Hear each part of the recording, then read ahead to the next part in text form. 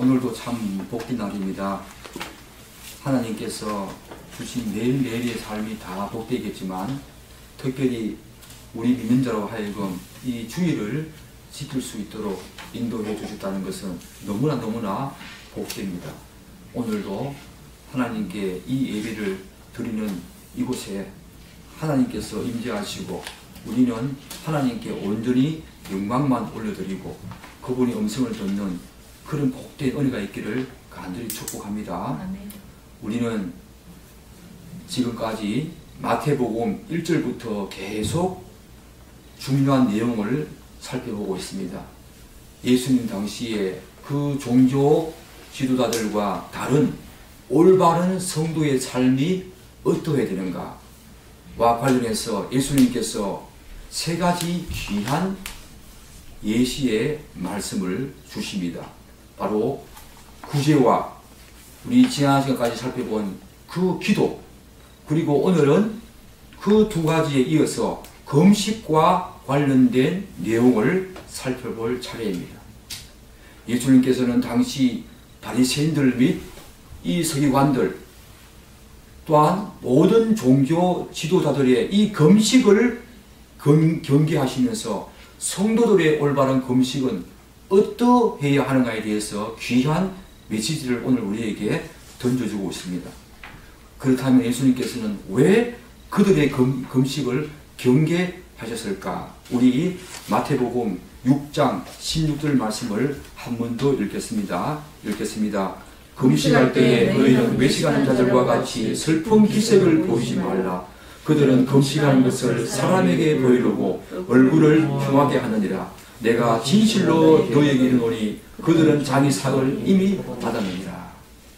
이들은 자신이 금식하는 것을 다른 사람들에게 드러내 보이기 위해서 의도적으로 오늘 말씀 보면 슬픈 기색을 하면서 얼굴을 흉하게 했다라고 예수님께서 말씀하십니다.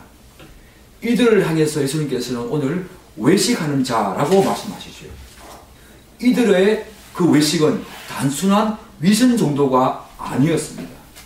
적극적으로 하나님의 뜻을 거스르고 반항하며 진리를 떠난 그런 거짓을 행하는 삶이었습니다.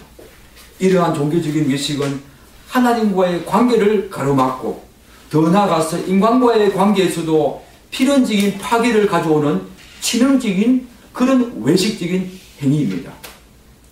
그런데 1세기 당시 이 유대 사회에서는 하나님을 향한 자신의 그 거룩함과 그리고 경건함 그리고 영적인 어떤 뛰어남을 드러내기 위해서 그 자신이 다른 사람들보다 더 영적으로 뛰어나고 올바른 신앙생활을 하고 있다는 것을 드러내기 위한 중요한 수단으로 삼은 것이 바로 금식이었습니다. 그 이유는 레위기에서도 말하듯이 레위기 23장에 보면 나오는데요. 금식은 스스로 괴롭게 하는 날, 그런 날로 표현됩니다. 그렇기 때문에 다른 어떤 신앙행위보다 이 금식이라고 하는 신앙행위가 자신을 부정하고 부인하고 그걸 통해서 하나님께 더 영광 올려드리는 종교 행위이기 때문에 1세기 유대 사람들은 이 금식을 통해서 자신의 영적인 그리고 경건함과 거룩함을 드러내는 중요한 통로로 사용했습니다. 이때 종교 지도자들도 그렇게 했다는 거죠. 또한 사람들은 자신의 생명을 유지하기 위해서 음식을 먹고 마시는데 여러분이 잘 알다시피 금식은 음식을 끊음으로써 자신의 생명을 하나님께 내놓는다고 하는 이 금식의 상징적인 의미가 자신의 신앙이 하나님께 얼마나 경건하고 영적인지를 드러내는 중요한 통로로 작용했기 때문에 금식을 이들은 자신의 경건함을 드러내는 다른 사람에게 드러내므로써 자신이 얼마나 영적이고 경건하며 거룩한 삶을 사는가를 위한 중요한 통로로 이용하고 활용했다는 겁니다. 그런데 이러한 이들의 금식을 보고 오늘 예수님께서는 외식하는 자, 너희들의 금식은 외식적인 행위에 불과하다 이렇게 말씀을 하고 있습니다. 여러분, 정말 가장 거룩하고 경건하고 가장 영적인 그런 신앙행위조차도 이렇게 사람에게 드러내 보이기 위한 그런 통로로 이용될 때에 얼마나 이것이 가정스럽고 하나님을 역겹게 하고 하나님이 얼마나 싫어하는 그런 신앙행위인지를 우리는 잘 알 수 있죠. 정말 거룩해야 될 금식이 바로 이 당시에 이렇게 오용되어지고 이용되어지는 그런 어떤 안타까운 현실을 오늘 우리가 보게 됩니다. 이사야서에서는 금식과 관련한 중요한 성경 구절이 많이 나오는데요. 이스라엘의 그 종교의식을 대표하는 금식에 대해서 다음과 같은 장면이 나옵니다. 우리가 방금 읽었는데 이사야 58장 3절에 보면 우리가 금식하되 어찌하여 주께서 보지 아니하시오며 우리가 마음을 괴롭게 하되 어찌하여 알아주지 아니하신다니까. 이 구절에서 우리는 이스라엘 백성들이 자신들의 마음을 괴롭게 했다라고 하죠. 자신들의 마음을 괴롭게 했음에도 불구하고 하나님께서 그들의 금식 기도에 응답하지 않자 하나님께 원망하는 장면을 우리가 볼 수가 있습니다. 이러한 그들의 태도는 자신의 제사가 연락되지 않아서 하나님께 분노하고 붕괴한 가인의 모습과 일맥상통하는 불경건한 신앙행위임을 우리가 알 수가 있지요. 그런데 우리가 마음을 괴롭게 하되 이들이 바로 하나님께 원망하면서 어떻게 원망합니까? 우리가 마음을 괴롭게 하되 어찌하여 알아주지 아니하시나이까 라고 원망하는데 그들은 금식이 어떤 의미인지에 대해서는 지식적으로는 알고 있었다는 겁니다. 레위기에 보면 아까 말씀드린 것처럼 레위기에는 금식은 스스로 괴롭게 하는 날이라고 표현되어 있습니다. 오늘 이사야 58장 3절에 보면 이들이 하나님께 원망하면서 하나님 우리가 마음을 괴롭게 하면서 하나님께 금식 기도했는데 왜 우리의 기도를 들어주지 않습니까? 라고 하면서 원망하는 모습을 볼 수 있지요. 그들은 우리가 마음을 괴롭게 하되 라는 말에서 알 수 있듯이 그들은 금식이 어떤 의미인가는 알았습니다. 지식적으로는 알았다는 것이요. 이러한 이스라엘 백성들의 원망에 대해서 하나님께서 어떻게 말씀하십니까? 계속해서 이사야 58장 3절은 이렇게 말합니다. 보라, 너희가 금식하는 날에 오락을 구하며 온갖 일을 시키는도다. 보라, 너희가 금식하면서 논쟁하며 다투며 악한 주먹으로 치는도다. 너희가 오늘 금식하는 것은 너희의 목소리를 상달하려는 것이 아니니라. 이것이 어찌 내가 기뻐하는 금식이 되겠느냐? 이것이 어찌 사람이 자기의 마음을 괴롭게 하는 금식이 되겠느냐? 정말 순수하고 거룩한 신앙 행위여야 할 이 금식이 위선적인 신앙 행위로 변질되었다고 하나님께서는 그들을 책망하십니다. 그들은 하나님께 무엇인가를 아뢰는 특별한 날, 특별한 그 시간, 그 금식하는 그때에도 자신을 기쁘게 할 오락을 찾았고 온갖 일들을 일꾼들에게 무리하게 다 시켰습니다. 왜 무리하게 일꾼들에게 일을 시켰냐 하면 자신이 금식할 때에 자신이 해야 할 그 일을 그들에게 부담 지었기 때문입니다. 결국 일꾼들은 힘들게 일을 하게 되었습니다. 이 일꾼들을 힘들게 하고 죄악된 태도로 그들을 대했다는 것입니다. 그렇게 금식을 하면서도 다른 사람들을 혹사시키기에 서로 간에 분쟁이 일어나겠지요. 논쟁을 하게 되겠지요. 다투게 되겠지요. 주먹질을 멈추지 않게 되겠지요. 이러한 금식은 하나님께서 자신들의 목소리를 상달하려는 것이 아니요 하나님을 기쁘시게 하는 금식이 아니고 자기의 마음을 괴롭게 하는 그런 금식이 되지 못한다고 오늘 하나님께서는 우리에게 경고하고 있습니다. 사랑하는 여러분, 이것을 우리는 외식적인 금식이라 합니다. 이런 외식적인 금식을 하나님께서 받으시고 응답하시리라고 생각하는 것은 하나님을 시험하는 그런 범죄를 저지르는 것이요. 하나님은 우리의 마음을 다 아십니다. 우리는 겉으로 드러나는 그런 신앙행위, 그런 신앙행위로 말미암아 하나님께서 기쁘시게 받으실 거라고 그렇게 생각하지만, 하나님은 여기서 산상순에서 계속해서 제가 말씀드린 바와 같이 하나님은 마음을 보십니다. 그분의 마음을 보십니다. 중심을 보신다는 거지요. 그들의 중심에 하나님이 없었습니다. 이런 신앙행위를 했지만 이 유대인들도 마찬가지고, 오늘 우리가 살펴보고 있는 이 종교 지도자들에게도 하나님은 없었습니다. 하나님은 안주가 없었습니다. 오로지 다른 사람에게 잘 보려고 하는 그런 외식적인 모습만 가득했다는 거지요. 그런데 오늘 마태복음 6장 16절에서 볼 수 있듯이, 당시 이스라엘 종교 지도자들의 금식은 방금 이사야 선지자의 당시에 이스라엘 백성들이 금식을 자기들의 편의와 이익과 유익을 위해서 변질시켜 놓은 그런 상황과 별반 다르지 않았다는 것입니다. 이들의 금식은 종교적인 외식, 그 행위였는데, 이들은 바로 다른 사람들에게 금식하는 행위를 드러내 보여서 자신의 경건함과 자신의 영적인 어떤 거룩함, 그것을 자랑하고 그들로부터 자랑과 칭찬과 찬사를 받으려고 그렇게 금식을 했다는 것입니다. 이들이 누가복음 18장 12절에 어떻게 말하는지 아십니까? 이 바리새인들이 기도하는 모습을 볼 수 있습니다. 하나님, 우리는 일주일에 두세 번씩이나 금식했습니다. 이렇게 말하고 있습니다. 자랑하는 거지요.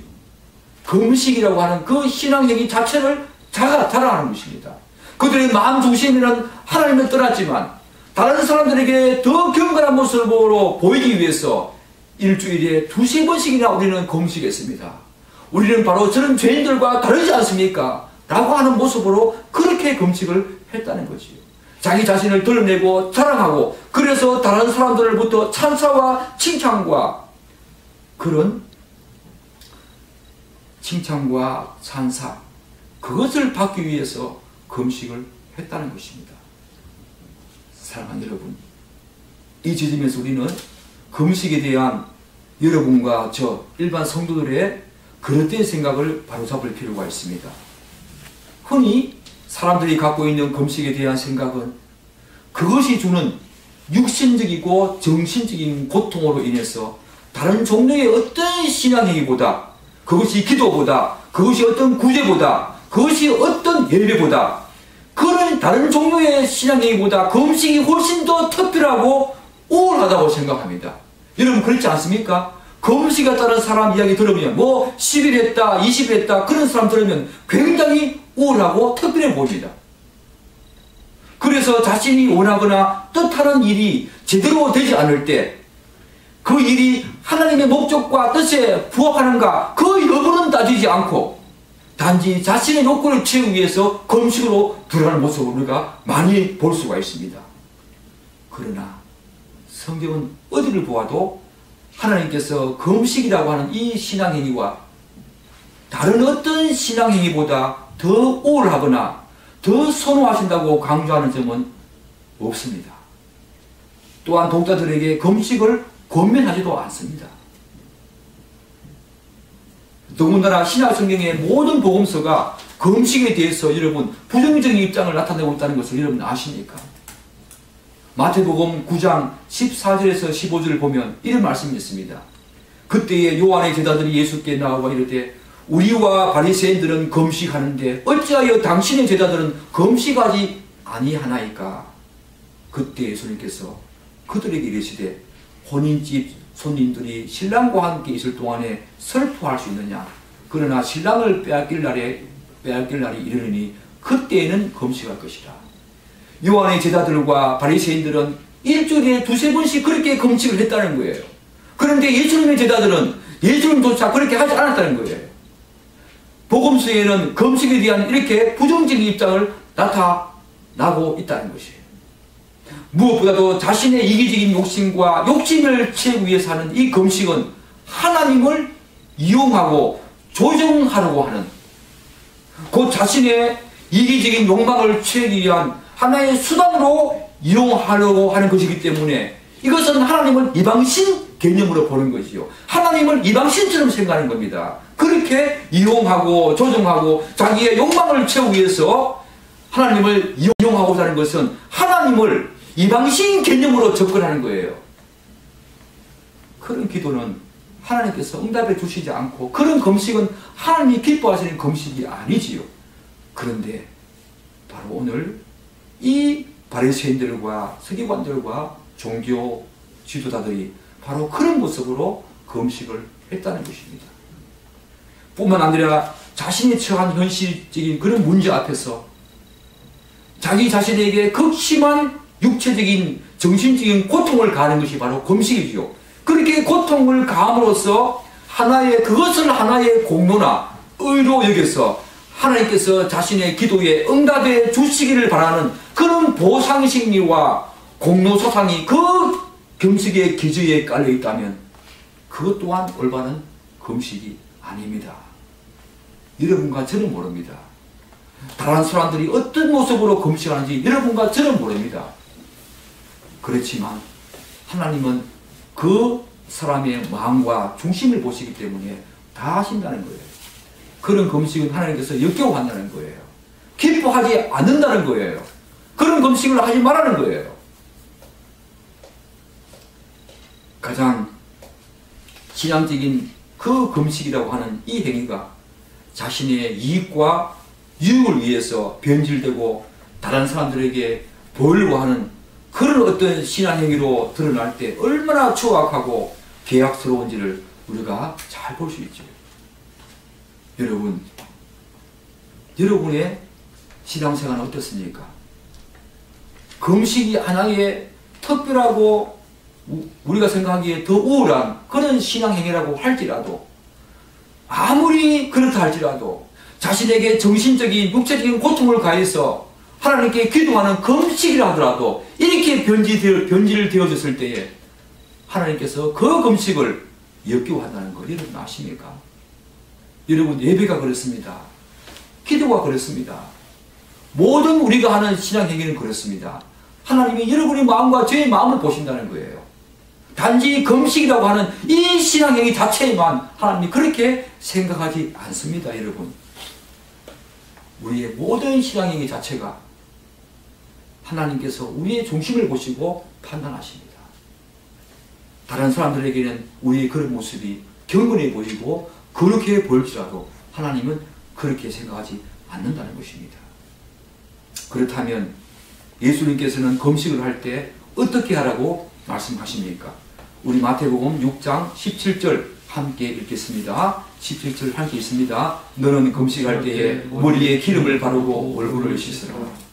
이 구절을 자세히 보면 요 앞에 우리가 읽었던 16절과 대꾸를 이루고 있음을 알 수가 있습니다. 마태복음 6장 16절과 17절을 자세히 보면 외식하는 자와 같이 슬픈 기색을 보이지 말라. 이걸 17절에서는 어떤 대꾸절로 말합니까? 너는 금식할 때에 머리에 기름을 바르고, 또 16절에서 사람에게 보이려고 흉하게 하느니라. 이것은 17절에서 어떤 대꾸절로 말합니까? 얼굴을 씻으라. 머리에 기름을 바르고 얼굴을 씻는 것은 다른 사람들에게 자신의 그 금식 여부를 절대로 드러내 보이지 말라는 것입니다. 겉으로 그렇게 보이지 말라는 것입니다. 자랑을 하지 말라는 것입니다. 예수님께서는 금식할 때 그렇게 해야 할 이유로 우리 마태복음 18절 한번 읽어보겠습니다. 18절로 시작. 이는 금식하는 자로 하여금 사람에게 보이지 않고 오직 은밀한 중에 계신 내 하나님께 보이기 하려 함이라. 은밀한 중에 보시는 내 아버지께서 갚으시리라. 예수님께서는 이 18절에서 은밀한 중에를 몇 번 반복하십니까? 은밀한 중에 라는 말이 몇 번 반복되어 있지요? 2번 반복되어 있습니다. 은밀한 중에, 은밀한 중에. 이것은 바로 16절에서 이 유대인들, 특별히 그 종교 지도자들이 자기 자랑을 위해서 드러내는 것과 전혀 다른 말이죠. 은밀한 중에 금식을, 신앙행위를 하려거든. 은밀한 중에. 굉장히 중요한 말이죠. 그런데 이 내용을, 이 은밀한 중에 이 내용을 자세히 보면요, 두 가지 중요한 의미를 내포하고 있음을 알 수가 있습니다. 그건 뭐냐면 은밀한 중에 계신, 또 하나는 은밀한 중에 보시는 이 말씀인데요. 은밀한 중에 계시다 이 말은 어떤 존재를 말하는 거지요. 보이지 않는 영적인 존재로 거하신다는 것입니다. 여러분, 보이지 않는 영적인 존재로 거하시기 때문에 그분은 편재하시지요. 어느 곳이나 다 계십니다. 그리고 두 번째, 은밀한 중에 보신다 이 말은 하나님의 속성 가운데서 뭐와 관련될까요? 은밀한 중에 보신다. 전지전능하심. 그렇기 때문에 은밀한 중에 계신다 이 말은 보이지 않는 영적인 존재로 거하시고 편지하시고, 은밀한 중에 보신다 이 말씀은 그분의 전지전능하심을 지금 말하고 있는 겁니다. 그분이 보고 계신다는 거예요. 영적인 존재로 거하시는 어느 곳이나 다 계신 곳, 그분이 전지전능하신 그분이 보신다는 거예요. 그분은 우리의 마음을 보시고 동기를 보신다는 거예요. 우리가 숨을 데가 어디 있습니까? 우리가 무엇을 숨길 수 있겠습니까? 우리가 하나님을 제대로 믿기 위해서는 이러한 하나님의 속성들을 분명히 알아야 될 필요성이 있습니다. 사랑하는 여러분, 성도가 하나님을 눈에 보이지 않는 영적인 존재로 인식하고 그분의 편재성과 그분의 전지전능하심을 제대로 믿고 알고 인식을 한다면 여러분과 저의 모든 삶에서 눈에 보이지 않는 그분을 의식한다면 그분께 마음에 초점을 둘 것입니다. 그분이 어떻게 생각하실까? 그것에 우리의 중심을 둘 것입니다. 그러한 신앙생활은 전혀 외색적이거나 아니면 정말 이방인들이 하는 것처럼 자기중심적이고 기복적인 신앙생활과는 구별되는 모습으로 나아가겠지요. 여러분, 우리는 이 하나님의 속성을 잘 이해하셔야 됩니다. 아무리 금식이라고 하는 이 거룩한 행위, 신앙행위, 그것이라고 할지라도 하나님이 아닌 다른 사람들에게 잘 보이기 위해서 사람들을 의식하는 순간 외식하는 모습으로 전락할 가능성이 많이 있습니다. 껍데기 신앙만 남을 가능성이 농후합니다.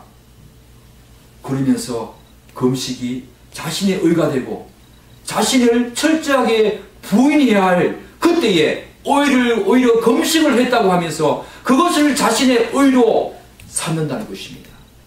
바리새인들과 서기관들이 바로 이런 위선적인 신앙 모습을 보였다는 것입니다. 사랑하는 여러분, 여러분들은 누구를 의식하면서 신앙행위를 하십니까? 누구를 의식하면서 예배를 드립니까? 누구를 의식하면서 기도합니까? 누구를 의식하면서 헌성합니까? 누구를 의식하면서 봉사와 헌신을 하고 희생을 합니까? 남에게 보이려고요? 목사님에게 보이려고요? 여러분, 그런 신앙행위는 껍데기 신앙입니다. 그것이 자기의 의가 되어서 하나님께서 자신이 하는 일을 형통하게 하고 자신의 기도에 응답해 주실 거라고 생각하는 것은 그 하나님을 이방인으로 취급하고 조롱하고 그분을 무시하고 거역하는 행위와 다름이 없습니다. 우리 하나님은 그런 하나님이 아니십니다. 우리는 하나님을 조정하려고 그분을 내 유익과 이익을 위해서 그분을 수단으로 삼으려고 하면 안 됩니다. 그분은 그걸 다 하십니다. 우리 이 조국교회 속에 이런 모습이 어느 쪽에 얼마나 많이 있습니까? 우리는 그걸 끊어야 합니다. 하나님을 제대로 알아야 합니다.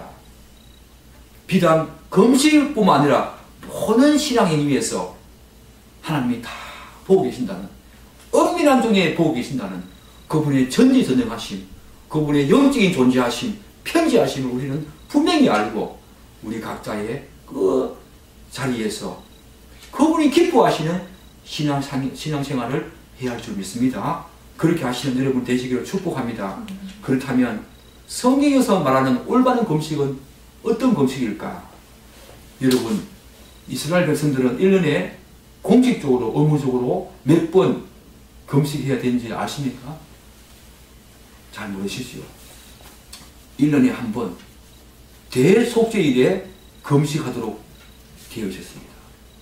그 나라 모든 백성들이 자신들의 죄의 심각성을 자각하고 자신들의 죄를 생각하고 묵상하는 날로 삼았습니다. 그리고 이스라엘 백성들은 대속죄일과 함께 1년에 한 번씩 이 대속죄일과 같이 1년에 한 번씩 의무적으로 해야 하는 그런 금식 이외에 나라가 위기에 처했을 때 또한 나라가 위기에 처하는 등 여러 가지 어려운 경우에 여러 가지 그런 어떤 사정에 처했을 때 또 금식을 시행했습니다. 공식적으로는 대속죄일 한 번 했습니다. 그렇지만 국가적인 위기와 또 개인적으로 굉장한 곤란한 그런 상황에 처했을 때 이들은 금식을 했다는 것이요. 이사야 58장 6절과 7절에 보면 이런 하나님이 기뻐하시는 금식이 나온다는 것이요. 제가 읽어보겠습니다. 내가 기뻐하는 금식은 흉악의 결박을 풀어주며 멍에의 줄을 끌어주며 압제당하는 자를 자유케 하며 모든 멍에를 꺾는 것이 아니겠느냐. 또 줄인 자에게 내 양식을 나누어 주며 유리하는 빈민을 집에 들이며 헐벗는 자를 보면 입히며 또 내 골육을 피하여 스스로 숨지 아니하는 것이 아니겠느냐. 이사야서에서 하나님이 기뻐하시는 금식은 여러분 여기서 여러분이 어떤 관점으로 이 하나님이 기뻐하시는 금식, 오늘 본문 말씀에 이사야 말씀에 내가 기뻐하는 금식은 이러하다라고 하는데 이걸 여러분들이 정말로 여러분이 갖고 있는 최대한의 헬스라적인 그런 어떤 렌즈를 들이대 가지고 보게 되면 굉장히 중요한 사실 하나를 발견할 수 있습니다. 하나님이 기뻐하시는 금식은 금식이라고 하는 우리가 흔히 말하는 육체적이고 정신적인 고통을 가하면서 음식을 꺾는 그런 금식이라고 하는 신앙의 자체가 아니라 그것이 중요한 것이 아니라 위에서 언급한 그런 삶을 살고 행할 때 그것이 바로 참된 의미의 금식이라는 겁니다. 여러분 이해가 되십니까? 여기서 우리는 금식이라고 하는 금식을 새로운 어떤 시각으로 재조명해 드릴 필요성이 있습니다. 오늘 여기서 예수님께서 뭘 강조하십니까? 하나님께서 뭘 강조하십니까? 금식이라고 하는 신앙행위 자체가 아니라 삶의 금식을 말씀하고 있다는 거예요. 지금 이런 삶이 금식이라는 거예요. 여러분 삶의 금식 들어봤습니까? 저는 이 말씀을 묵상하면서 예수님 하나님께서 전혀 다른 방식의 금식을 우리에게 제공하고 있구나. 내가 기뻐하는 금식은 바로 이러하다. 그런데 위에서 언급된 이 행위를 잘 보면요, 이 삶을 잘 보면요, 사회적인 약자 및 이웃과 밀접히 관련된 내용들이라는 것을 잘 알 수가 있습니다. 이를테면 흉악의 결박을 풀어주고 멍에의 줄을 끌어주며 압제당하는 자를 자유하게 하고 모든 멍에서 꺾는 것은 사회적인 약자에 대한 정의를 실천하는 내용이지요. 저는 그렇게 판단합니다.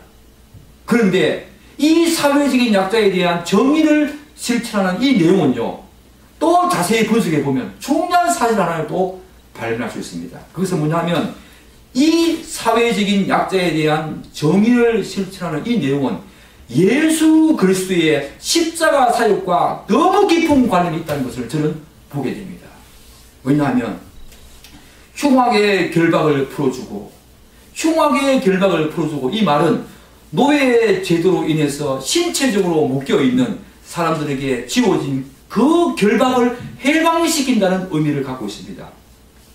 이것을 예수 그리스도의 사역과 한번 관련시켜 보면 죄로 인해서 사단과 마귀의 노예가 되어서 영원한 죽음과 멸망으로 가던 우리들의 운명을 십자가에서 성취하신 그분의 위대한 교환, 즉 죄를 전가시켜 가시고 우리로 하여금 의를 전가시켜 주신 그 위대한 교환으로 모든 죄값을 완전히 속량하셔서 영원한 생명과 영생이 있는 하나님의 영역으로 옮겨주신 예수 그리스도를 발견하게 됩니다.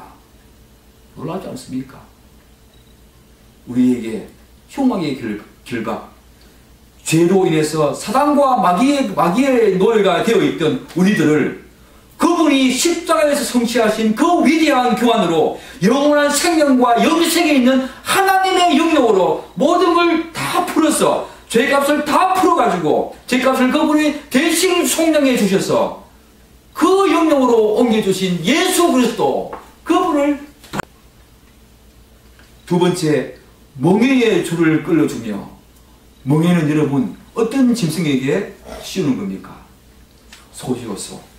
어릴 때 소를 본 사람들은 알고 있지요. 이렇게 시옷자 모양. 이 소에게 지운 멍에를 놓아준다는 의미이지만 이것은 조금 상징적으로 말하면 이웃에게 부당하게 지웠던 짐을 모두 청산하고 놓아준다는 의미입니다.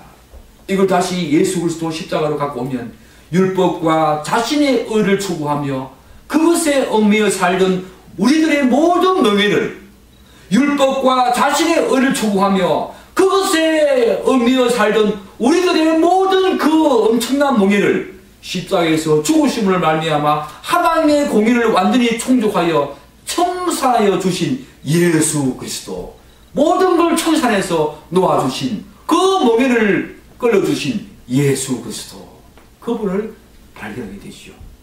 그래서 그분이 뭐라고 말씀하십니까? 수고하고 무거운 짐진 자들아 다 내게로 오라 내가 너희를 편히 쉬게 하리라 말씀하시잖아요. 놀라운 말씀입니다. 또한 세 번째 압제당하는 자를 자유하게 하고 이것은 사회, 정치, 경제적으로 부당하고 잔인하게 억압받는 사람을 해방시킨다는 의미를 갖고 있습니다.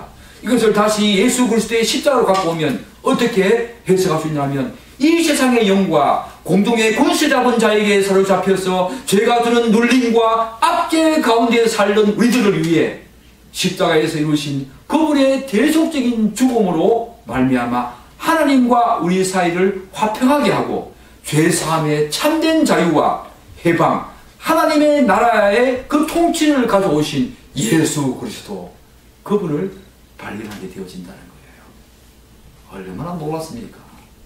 말씀이 드는 이 꿀송입니다. 단 이 놀라운 비밀을 여러분 아십니까? 이 금식 속에서 예수 그리스도의 사역을 본다는 거 여러분 아십니까? 여러분 그 다음에 또 어떤 말씀이 있습니까?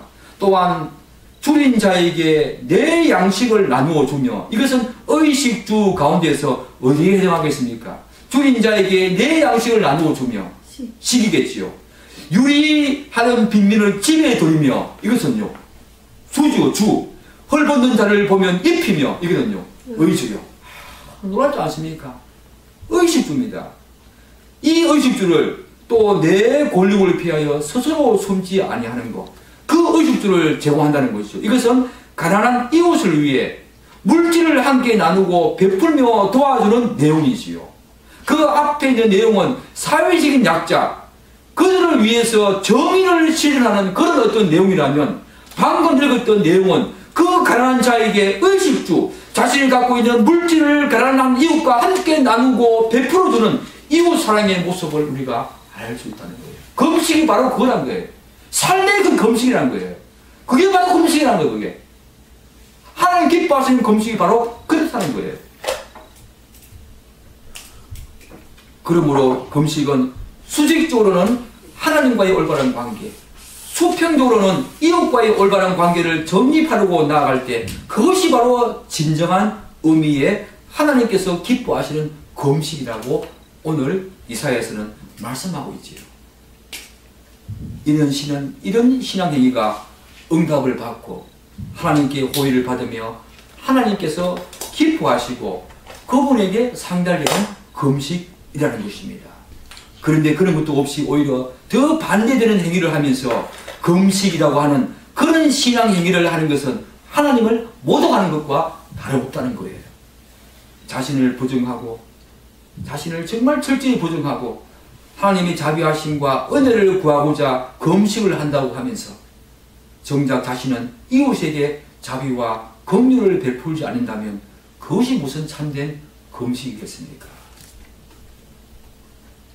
그러므로 우리는 여기에서 정말 하나님이 기뻐하시는 금식의 1차적인 그런 본래적인 의미가 무엇인가를 알게 되지요. 그게 뭡니까? 이러한 신앙적인 삶 자체가 금식입니다.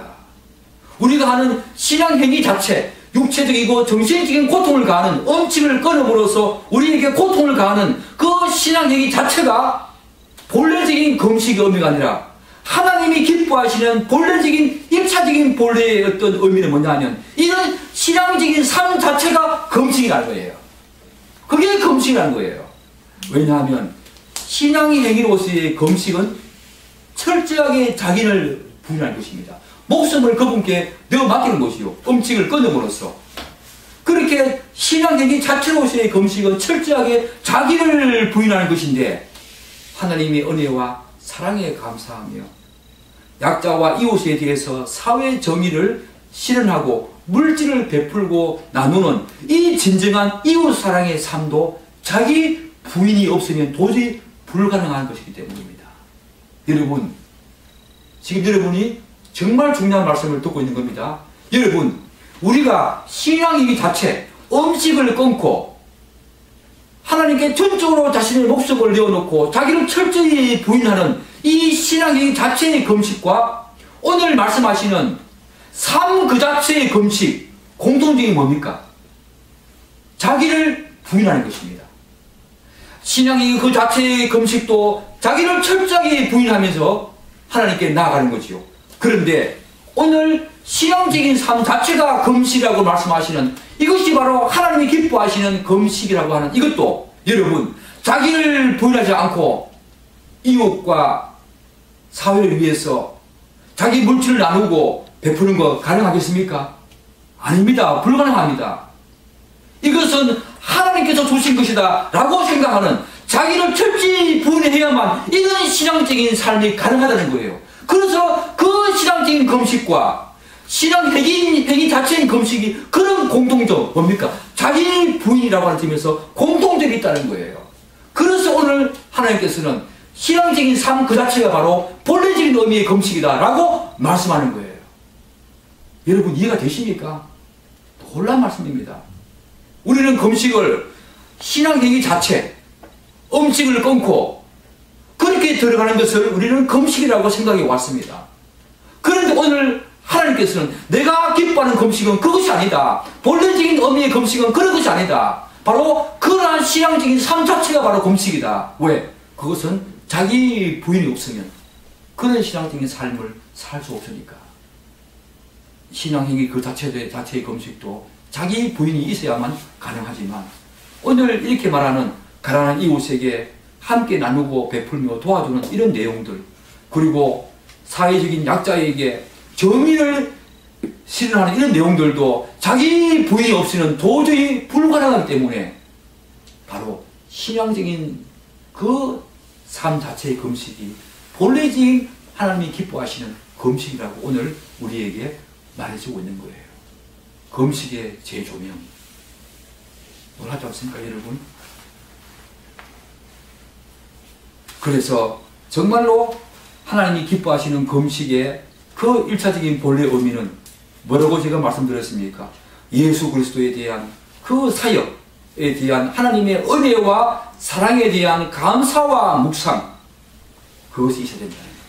정말 하나님이 기뻐하시는 삶의 금식은 어떤 것이냐? 날마다 예수 그리스도의 사역에 대한 하나님의 은혜와 사랑에 대한 감사와 묵상, 즉 하나님 사랑이죠. 하나님께 영광 돌린다는 거예요. 이것이 바로 주기도문의 주제였고 산상수훈의 주제입니다. 바로 금식도 그러한 주제 가운데서 흐름을 타고 있다는 거예요. 얼마나 놀랍습니까? 그리고 하나님의 사랑과 하나님께 먼저 영광을 돌리고 그 다음 이웃의 의식주에 대한 관심으로, 즉 이웃을 향한 사랑으로 실천하는 이 삶의 금식이 바로 하나님이 본래적으로 기뻐하시는 그 금식이라는 거예요. 신앙행위 자체의 금식이 아니라 삶의 금식을 하나님이 기뻐하신다.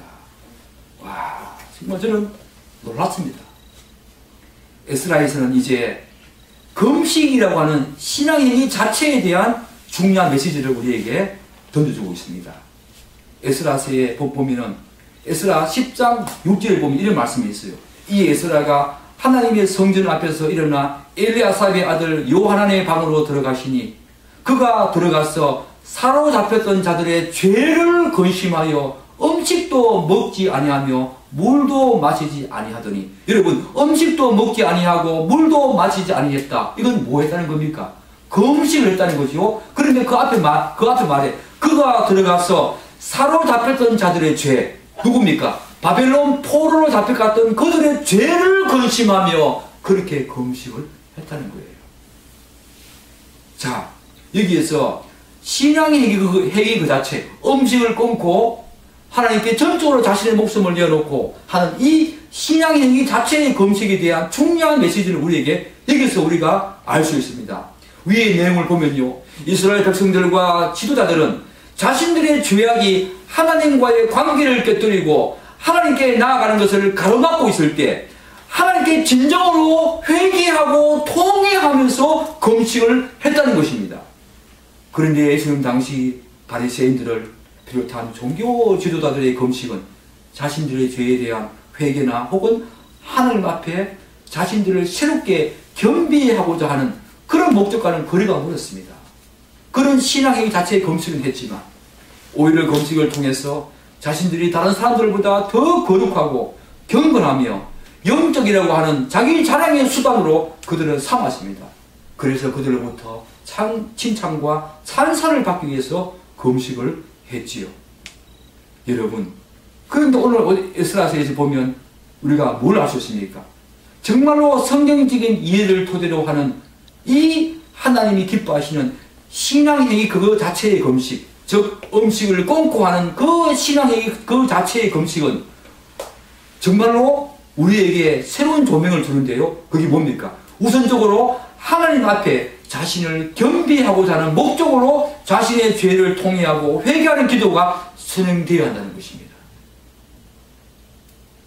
즉 다시 말씀드려서 하나님이 기뻐하시는 신앙행위 자체로서의 그 금식은 하나님과 이웃에 대한 자신의 신앙과 삶을 되돌아보고 성찰하면서, 우선적으로 되돌아보고 성찰하면서 그분 앞에 다시 겸비된 마음으로 서고자 하는 간절한 목적으로 자신의 죄를 하나님 앞에 통회하고 회개하는 겸손함이 먼저 있어야 한다는 것입니다.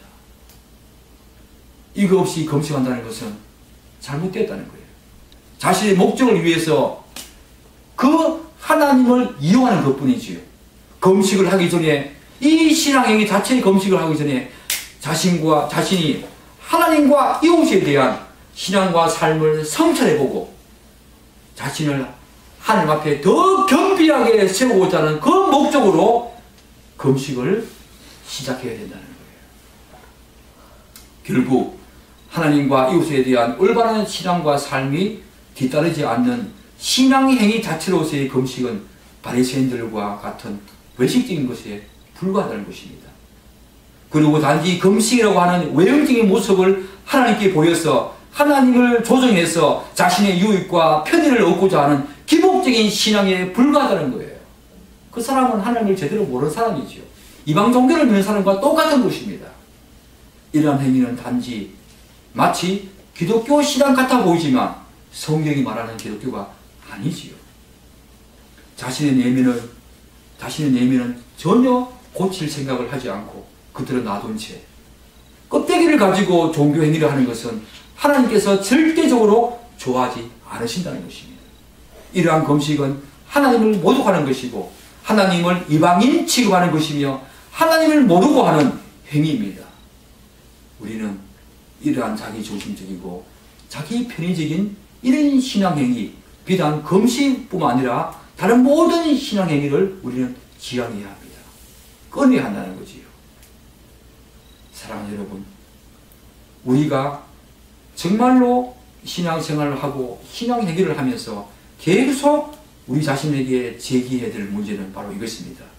내가 나의 유익과 나의 기준에 따라 신앙생활을 하는 것은 아무리 종교적이고 신앙적으로 열심히 있다고 하더라도, 그리고 외형적으로 완벽하고 절대로 완벽해도 절대로 그것은 하나님이 기뻐하신다는 것이 아닌다는 것입니다.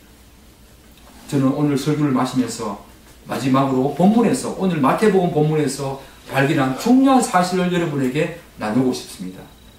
그것은 뭐냐면 예수님께서는 마태복음 6장 1절부터 오늘 18절까지 바리새인들과 이방인들 그들과 전혀 다른 성도들의 신앙생활에 대해서 세 가지 말씀을 하고 있지요. 세 가지 신앙생활 뭐지요? 맨 첫 번째가 바로 구제였습니다. 1절의 구제였습니다. 그리고 우리가 지난주까지 살펴본 기도였습니다. 그리고 오늘 마지막으로 살펴보고 있는 구제는 성도와 누구와의 관계에 관련됩니까? 구제는 성도와 다른 사람들과의 관계와 관련됩니다. 기도는요?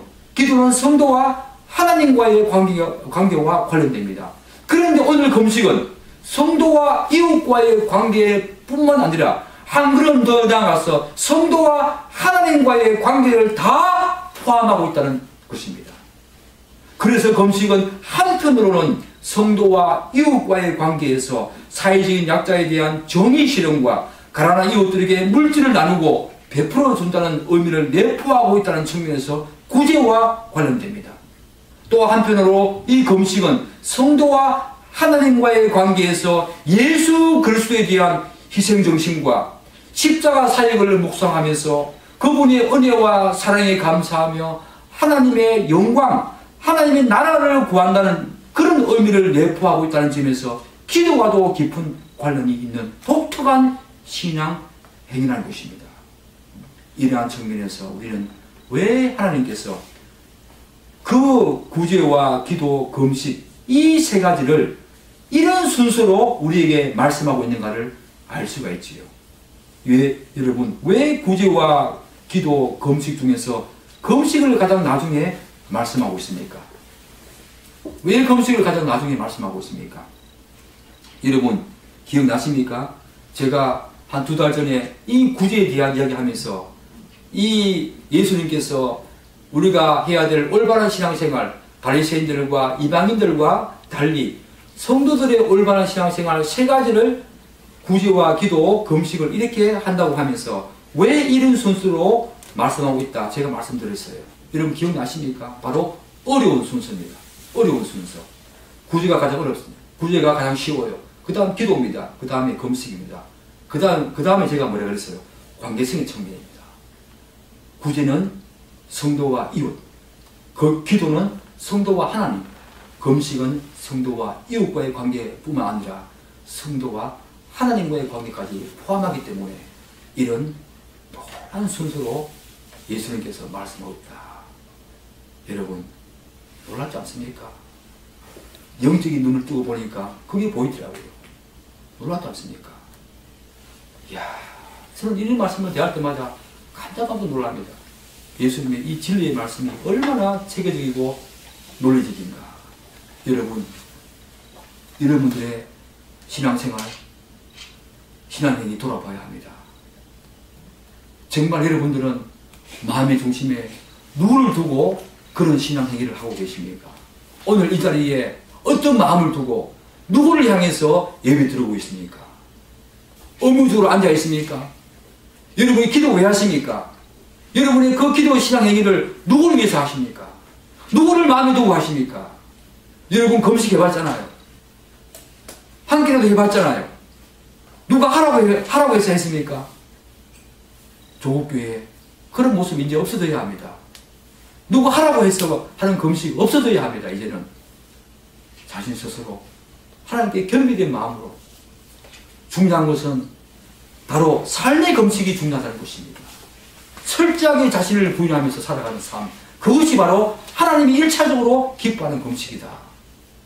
여러분 삶 속에 우리가 육체적으로 정신적으로 가하는 신앙행위 자체로서의 금식은 자주 하지 못한다고 하더라도 여러분 삶 속에 이 신앙적인 금식은 정말 그것이 바로 하나님이 기뻐하시는 금식이기에, 그 본래적인 금식이기에 여러분이 살아가는 평생 동안 이 삶의 금식을 하나님을 철저하게 바라보면서 자신을 부인하는 이 삶의 금식을, 그분이 기뻐하는 금식을 여러분이 아름답게 이루어가는 그런 성도 되기를 간절히 축복합니다. 아멘. 기도하겠습니다.